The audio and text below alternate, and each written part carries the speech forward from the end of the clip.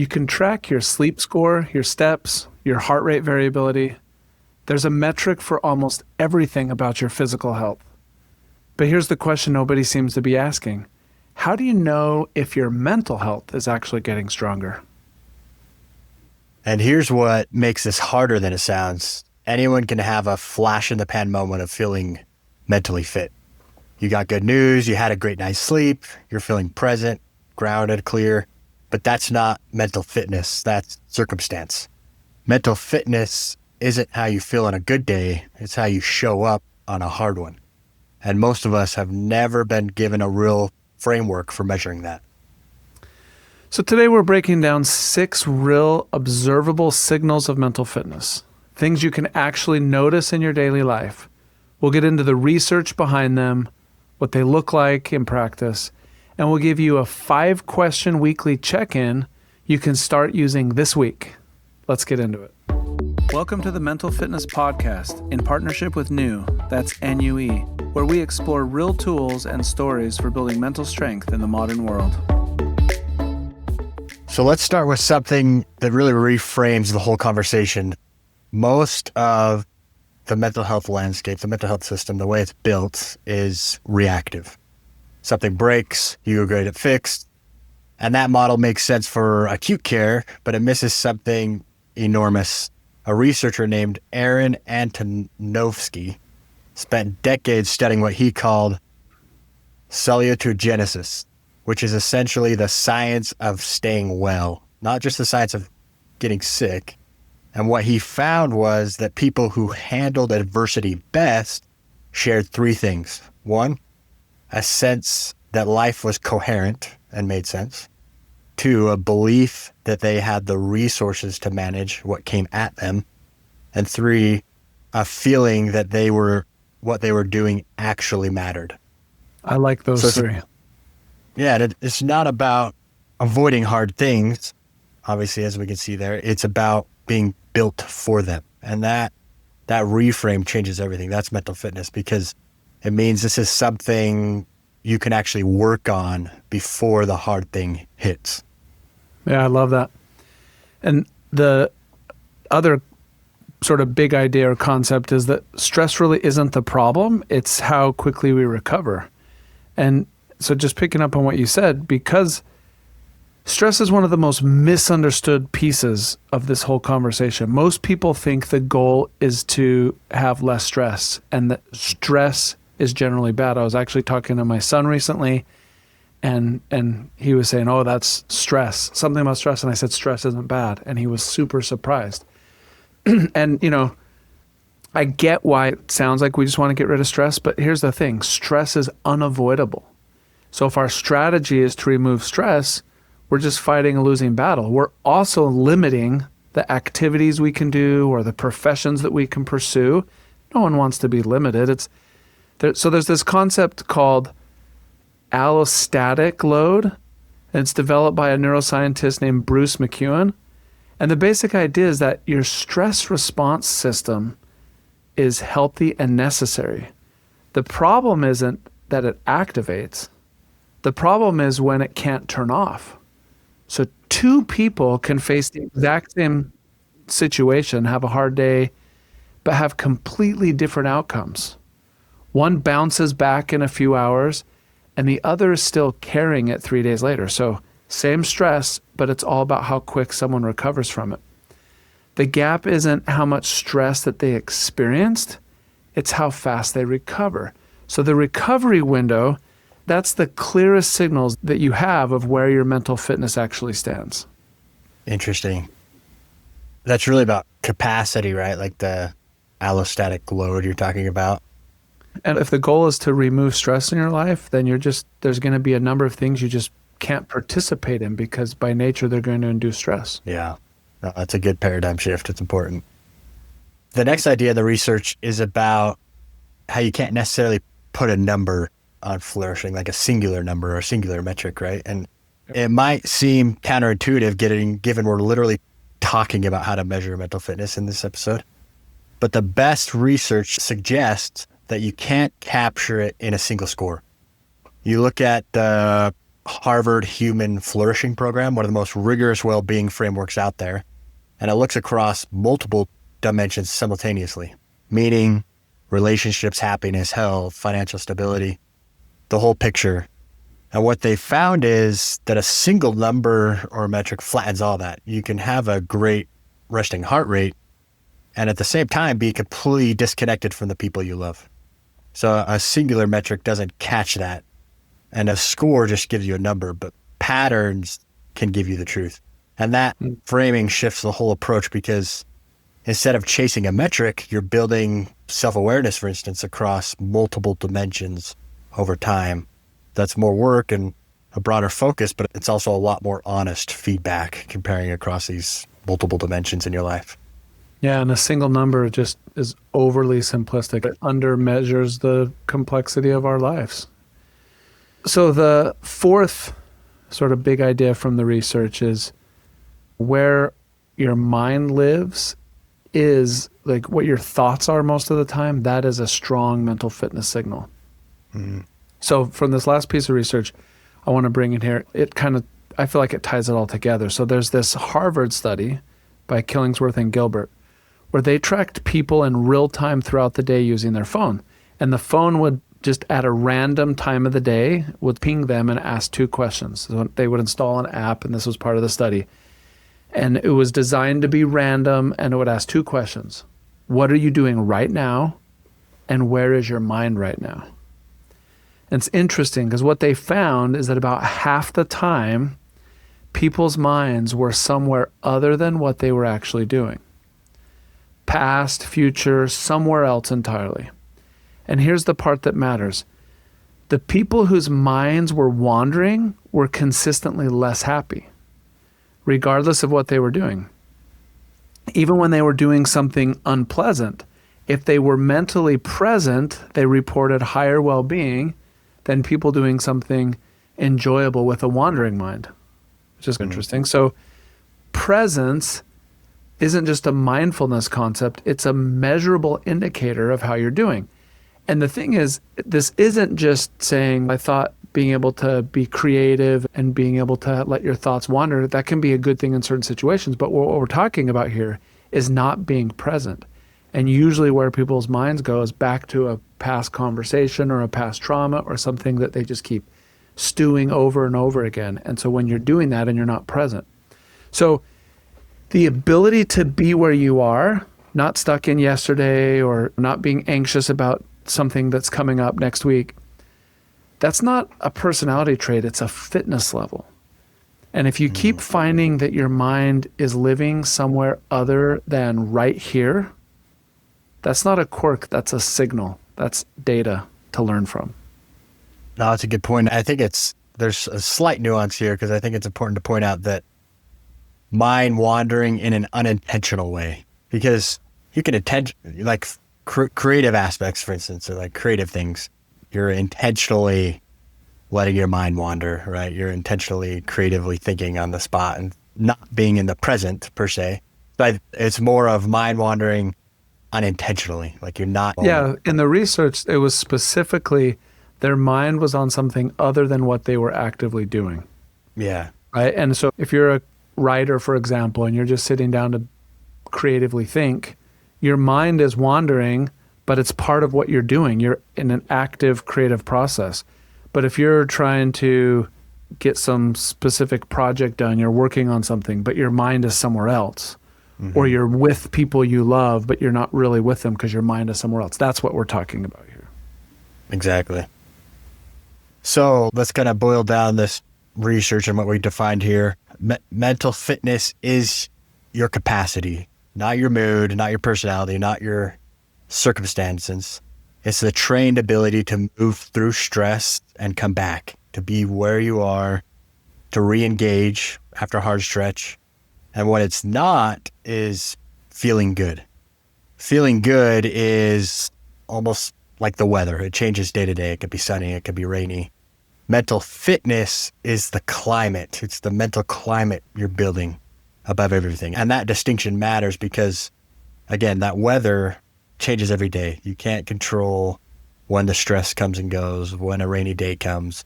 but the climate is something you build and can control. Yeah, I think that's a great analogy, weather versus climate, because weather has variability day to day, and we can misread those signals if we're focused on the weather, not the climate, in both directions. You have one bad day, that doesn't mean that your life is in disarray. Or if you have one good day, sometimes I've met people that are going through a lot of hard things and they're not really in a mentally fit state, but they have a good day and they're like, oh yeah, I'm doing great. Like I was really struggling, but now I'm doing great. But they're really they have a strong recency bias, just saying, yeah, the last 2 days have been great. And so they think that everything's going good. So it's important to really understand, how are we over a period of time, to understand like our mental fitness state. So that's the science behind this. But the other question leads to, what does mental fitness actually look like in real life? How do you know when you have it? How do you notice when you don't? Let's talk about some real world application here, and then let's get into the 6 signals. Yeah. So I think there's a lot of areas of life just to apply this to. So let's just, like stress, we talked about that already, but let's talk about stress and overwhelm. On real world scenario, your day goes sideways and you're still off 3 days later. So what's actually happening is you have a slow allostatic recovery, right? The stress response isn't resetting. 2 people in the same situation, right? A situation happens. Let's just say, I don't know, say you were in a car accident, something unavoidable, someone else's fault. And that's a stressful situation, and your body's stress level rising is a healthy, normal, natural response and designed to protect you. But then you're not injured. You got stuff to deal with, insurance and car repairs. Your day was a little off because you were late to whatever you were going to. But how quick do you recover from that? Was it, if you're days later just still super tense and uptight about that accident, and I'm talking about a relatively minor accident, let's say, versus someone that can just kind of bounce back and be like, yeah, that sucks, and now I got to deal with all this other stuff, but whatever. So the shift is noticing the recovery time, not just the stress level, but how long does it take you to come back? Are you still stressing about that accident days, weeks later? Or were you able to kind of move on to other things in your life? Yeah, that's what we all face. Another area you can see this in is in your relationships every day. So for example, maybe you snap at someone close to you over something really small. And then this is happening often, maybe more than once a week. And what's happening here, and what's interesting about relationships, is they mirror your internal state really well before you consciously notice it. For instance, irritability. That's a leading indicator here. So the shift is to use relationship friction, and in this instance, we're talking about irritability, as data, not just damage to repair. You look inward when you're noticing these things in your relationship mirror, right? Look inward to your internal state, and you'll notice, hey, this is data that I can use to improve. Think how much harm and pain there is in the world for when there's friction in relationships, particularly like marriages and those kinds of relationships. And when a spouse or a partner does something that annoys us or does something that they shouldn't, that causes friction. But how many times has nothing to do with what they did, and it has everything to do with our own internal state. Our internal state is off, and they just happen to be the person around us that kind of absorbs the negative energy of how we're feeling internally as it comes out. This episode isn't about relationships, but if we can master this and understand ourselves, how much better we can do in all of our relationships, just even to be able to recognize and then apologize when necessary. Yeah, no, and even if the irritability is still there, to your point, recognizing it and naming it can heal the relationship or make that irritability not carry any weight, right? Because just naming it, be like, hey, you know what? I'm super irritable. I got a bad night's sleep. I'm sorry. That does a lot of good in itself, just recognizing it. It does. So another area is our self-talk, inner world, the things that we say to ourselves. For example, you just keep replaying a conversation from 2 days ago, or you're dreading something next week, and your mind's living outside the present. So you have low temporal presence because you're just fixated either on something that happened that you're kind of stuck on and ruminating on from the past, or anxiously focused on this upcoming thing, a difficult conversation, an event, whatever it is. The shift is to notice where your attention keeps going over and over again, whether it's past, future, or present. And ideally, we want to be in the present, right? And one super kind of simplified way to think about it is when we're constantly focused on the future, those are usually strong signals of anxiety. And when we're overly focused on the past, that's usually rumination, which often leads to depression and other things. But yeah, it's noticing. The signal is just noticing how often when our thoughts are wandering, are they stuck on that same thing or worried about that same thing that's coming? And the last area here is around habits or routines or just doing things that usually do re-energize you or fill up your battery, right? So you can see this, maybe you go through a hard stretch of time, you have a few rainy days in a row, to use that analogy, and you stop doing the things that usually help you. Maybe that's going to the gym, right? Or movement or anything that helps improve your mental fitness. So this low re-engagement capacity, the ability to come back, like you talked about, this resilience is measured by returning, bouncing back, not the absence of struggle.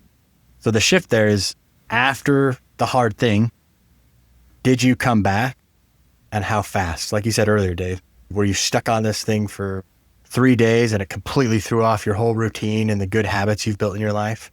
Or did you stay in the present and come back and you're back to those routines that do keep your capacity high? Yeah. So let's apply these. There's the 6 signals applied. And so we can go through these. First one, like your stress response quality. Think about the last time something hard hit. Did you stay functional? How long before you felt like yourself again? The recovery window is one of the clearest signals you have. Where you like you were just saying, Luke, did you bounce back or were you off for an extended period of time? And related to that is number 2, reactivity versus response. So there's a moment between something happening and what you do next. When you're mentally fit, you have access to that moment. And it's a micro moment, right? It's not like this big length of time. And when you're not, you skip straight to the reaction. So reacting to something versus responding, taking a moment to think through and respond instead of react. Yeah, and this is a big one. This is what's unique about humans versus any other animal is we have a moment of choice between when something happens to us and before we react. And that moment is where we really can develop or prove our character, ruin or build meaningful relationships. And what happens is when something happens, the amygdala, the emotional part of the brain, responds immediately. It's in milliseconds. It's the fastest response. It's the desire to snap at someone or to, like in some cases, physically hit back or push or run or whatever. And then the prefrontal cortex, which is a logic CEO part of the brain, it takes a little bit longer to process. But that's when we choose to say, recognize what's going on and say, okay, and choose how to respond, to choose to respond with kindness to an unkind word or calmness to a stressful situation.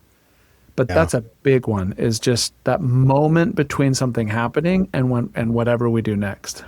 Yeah, so I'm glad you dove into the science there, because if you're not quieting the amygdala, If the emotion's the only thing firing, you're not going to respond logically, right? So that takes practice in itself, is naming an emotion that comes up. And once you name it, your brain knows what to do with it. So then you can transfer to the prefrontal cortex and think logically. And when you're emotionally dysregulated, your amygdala rules the day.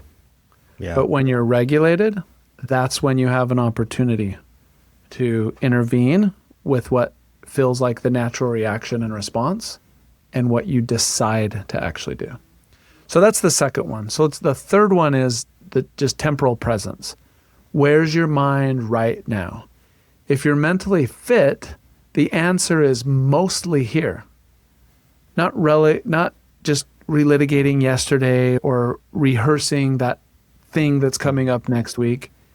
It's being present. That's 3. Number 4 is irritability as a leading indicator, as we've talked about. This is a really good signal to watch out for. And it's underrated because irritability almost always shows up before you consciously notice something's off. It's your mind's early warning system or your check engine light, right? Coming on. Yep. And the fifth one, capacity to re-engage.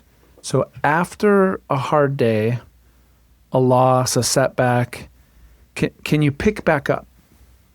Not immediately, but eventually. And the ability to return is resilience made practical. And the last one, number 6, is the relationship mirror. We've talked about this, but the people closest to you reflect your internal state back at you before you even notice it yourself. How you show up with them, your patience with them, your presence, your ability to actually listen and not have your mind be elsewhere. That's one of the hardest signals to fake, because you can't fake relationships with those close to you. It just comes out. The relationships are a fantastic mirror to measure your mental fitness. Let's, as like we do in every episode, let's talk about a practical framework or a tool, something that we can apply in our lives today to get at the root of this, to understand where we're at in our mental fitness. And so we have a framework. It's the 5-question weekly check-in. And here's the thing about measuring mental fitness. You can't do it in a single moment. That's like taking your temperature once and then just saying you're healthy. What you're looking for is patterns. So here's this simple 5-question check-in to run at the end of each week and gauge where you're at. So why don't you run us through some of these questions, Luke? Yeah. So 5 questions. Number 1, how did I respond, not react, to something hard this week? Number 2, where was my mind living? Past, future, or present? Number 3, was I more irritable than usual? And what was underneath that? 4th question, after a hard moment, how quickly did I re-engage with life? And the 5th is, how did I show up for the people closest to me? And I think it's important to say these aren't scores. You're not grading yourself. You're building a mental mirror. And the power isn't any single week's answers. It's like you said, Dave, it's noticing the pattern over time. That's when this gets really useful. Everything we talk about on this show, the science, the frameworks, the habits, New is where you actually put it into practice. New is the mental fitness app built to help you reflect, notice patterns, and build real mental strength and capacity over time. It remembers what you're working on and meets you where you are. Not therapy, not toxic positivity, just a daily practice for your mental fitness. If you're watching this, scan the QR code on screen. If you're listening, head to talkwithnew.com. That's talkwithnue.com. And that first question, honestly, we all react to things. And I would say reacting is acting before thinking. We all react versus respond at times, right? So I like that. How did I respond and not react? But there's going to be times when you're evaluating, you're just like, okay, I'm reacting still to things, but I'm reacting less over time. That's a good sign that your mental fitness is moving in the right direction. It's not about perfection. It's not saying, oh yeah, that I lost my temper with one of my kids or with my coworker or a partner or something. That means I'm not mentally fit. It's, is it 10 times a day before and now it's every other day? That's great progress. So it's not about perfection. It's more the signal of where you're moving. And then on the second one, what that you said, where's my mind living? That's another thing. No one is present all the time. Mm-hmm. We all think about past things. We all worry about upcoming things. But how often is it happening? And sometimes that's a good signal. When you're worrying about something in the future, it's just, wow, this is really stressing me out. I need to, like, whatever I need to do, prepare better or talk through it or whatever. But again, it's just, am I moving in the right direction? Are the people around me noticing that I'm present more or less? And like on the third one, was I more irritable than usual? Irritability is just such a good early signal. It's almost like we hear that irritable thing come out of our mouth. And this one thing I've noticed, just as we've applied this in our own lives, I notice like I immediately go, why am I feeling this way? And I can usually track it back to I got less sleep than usual, or I'm stressed about something. But using irritability as a signal, whereas before, I think I was much more likely to just assume it was whoever or whatever was irritating me. It was always their fault. And now I'm like, wait a minute, there's something off. But anyway, that for each of them, there's something that we're measuring. And I love the last question you said, how am I showing up for the people? The relationship mirror. Because irritability, responding versus reacting, being present and not present, all of those show up in our relationships. And so just using the way we're interacting with loved ones as a mirror is just a great indicator. Yeah, so as a quick recap on that and pitfalls or mistakes you could fall into here is measuring mental fitness in a singular moment. We've talked about that. Good days feel like proof, bad days feel like failure. You don't want to fall into that. Look for longer term weekly pattern, not daily snapshots. And another pitfall is confusing absence of symptoms with fitness. So if I'm not anxious or depressed on one day, I must be fine. And really, fitness is proactive capacity, not just the absence of struggle. Yeah, I think, and that one's interesting because you can see this across all different types of people. I've seen this with extreme high performers before, where they go through quarters of just amazing work and they're just the guy or girl, right? And everyone sees them at the high performer and just an amazing person. But then they go through a dark spell or a month back and they completely change. Who is this guy? The person that was crushing it for 2 quarters in a row. So that's true. If you're not proactively building it, it's the capacity you need to build over time. And then another area is waiting until something breaks to assess. I mean, this is mental fitness defined. Today, we're conditioned to only pay attention, especially in regards to our mental health. We're conditioned to only pay attention when something goes wrong. And that's completely backwards. So build the weekly check-in as a regular practice, not as a crisis response. Because that's where most people get tripped up, is just how I'm doing today is the measure of my mental fitness, which is why taking time to ask these questions at the end of the week and reflecting back over the course of the whole week, not just the last 24 hours, is, I think, a key part of getting a good signal. But even there, just a strong week by itself doesn't mean you're fit. It might mean you're moving in the right direction, but doing this practice over time is where we're going to really recognize the patterns and understand what areas we need to improve on. So I'm curious, Dave, as you look at these questions, you've been thinking about mental fitness for several years now. What comes to your mind as far as whether it's a big paradigm shift you've had here, or are some of these signals that stick out to you more right now as far as you notice you're mentally fit more than others? There's a lot. So for whatever reason, throughout my life, been able to manage stress pretty well. I've carried a lot of stress, but that carrying stress over a long period of time has not been something I've struggled with. So that one hasn't been a big one. For me, probably the biggest one is irritability as a leading indicator.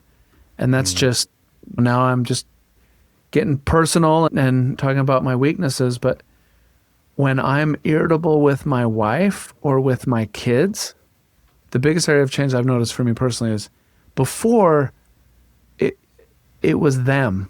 I'm irritable because they didn't put their clothes away or do their chores, my kids, or my wife forgot to do something that she said she would, or whatever it is. And it still happens, right? None of us are perfect. But what I've noticed just particularly recently in myself is when I'm irritable, I have to pause because I'm like, pride myself in this. I'm supposed to be mentally fit. This is what we do. We have a podcast. We have a whole company to improve this. So when I feel irritable towards a family member, I'm like, it's now just what's wrong with me? Yeah. And that's been super helpful. And honestly, I would say 90% of the time, it's sleep. And my sleep has improved dramatically, but there's still days when I'm up late for whatever reason, or I didn't sleep well, or I got up early. And it's usually those days when I'm most irritable. Sometimes it's something else. Sometimes it's like I'm under a lot of stress because of a deadline or something else. But for me, the number one thing has been when I feel irritable, it's to look inward and recognize something's off with me. No, I can relate to I completely agree on the irritability. That's something I've been a lot more self-aware around lately. I would say out of all these, and the leading indicator lately that I've been really conscious about is presence. I've never really struggled focusing on the past too much, but I like to think I'm pretty strategic and forward thinking, and sometimes that makes me not present because I'm always thinking ahead of the next thing and what can be better, or just thinking of the future, right? And maybe it's just due to the season of life I'm in with 2 kids under 5 which is such a beautiful season and such a fun time with kids. So maybe it's that I'm really trying to enjoy these moments and be present in my life. But as of right now, that's something that's helped me a lot, is just coming back to now and the presence and being self-aware around that. And I would say that's something I'm really conscious of right now. Well, and I think that's great because it's so easy as a parent to get distracted even in your own phone, your own device. And miss those moments. And so it's good that you're focused on those precious years that you'll never get back at this age in their life. Yeah, so let's kind of recap and talk about some core takeaways. Bringing it home, here's what we've covered today. Mental fitness is a trainable capacity. It's not a mood.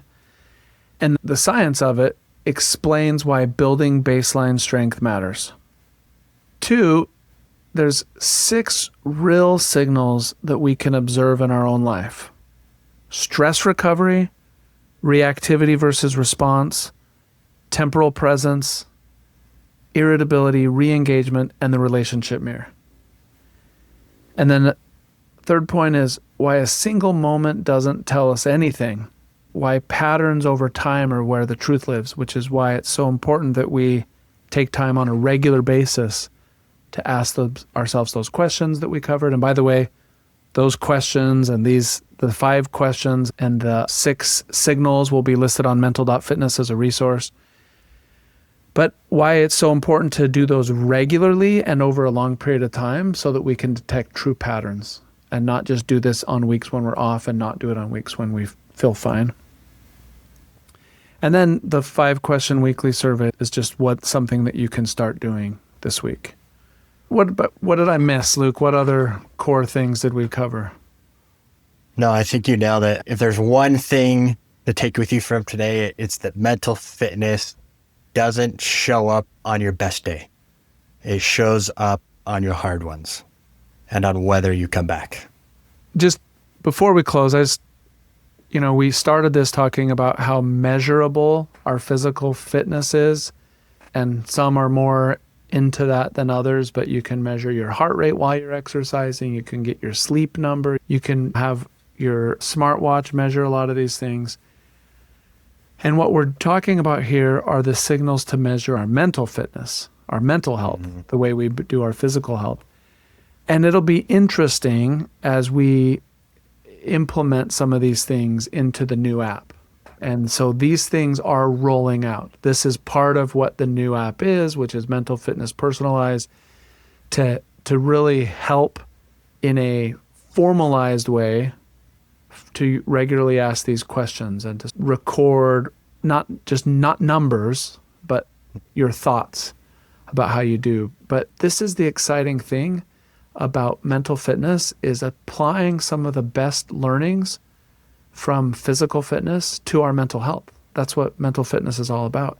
And this, the stuff we're talking about in this episode, more than almost anything else, is where it gets really exciting in terms of our measurability, which then opens up the opportunity to improve.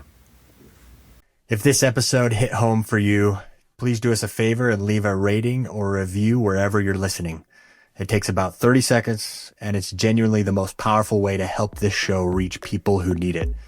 Share it with someone who could use it, leave a rating, and we'll see you next week.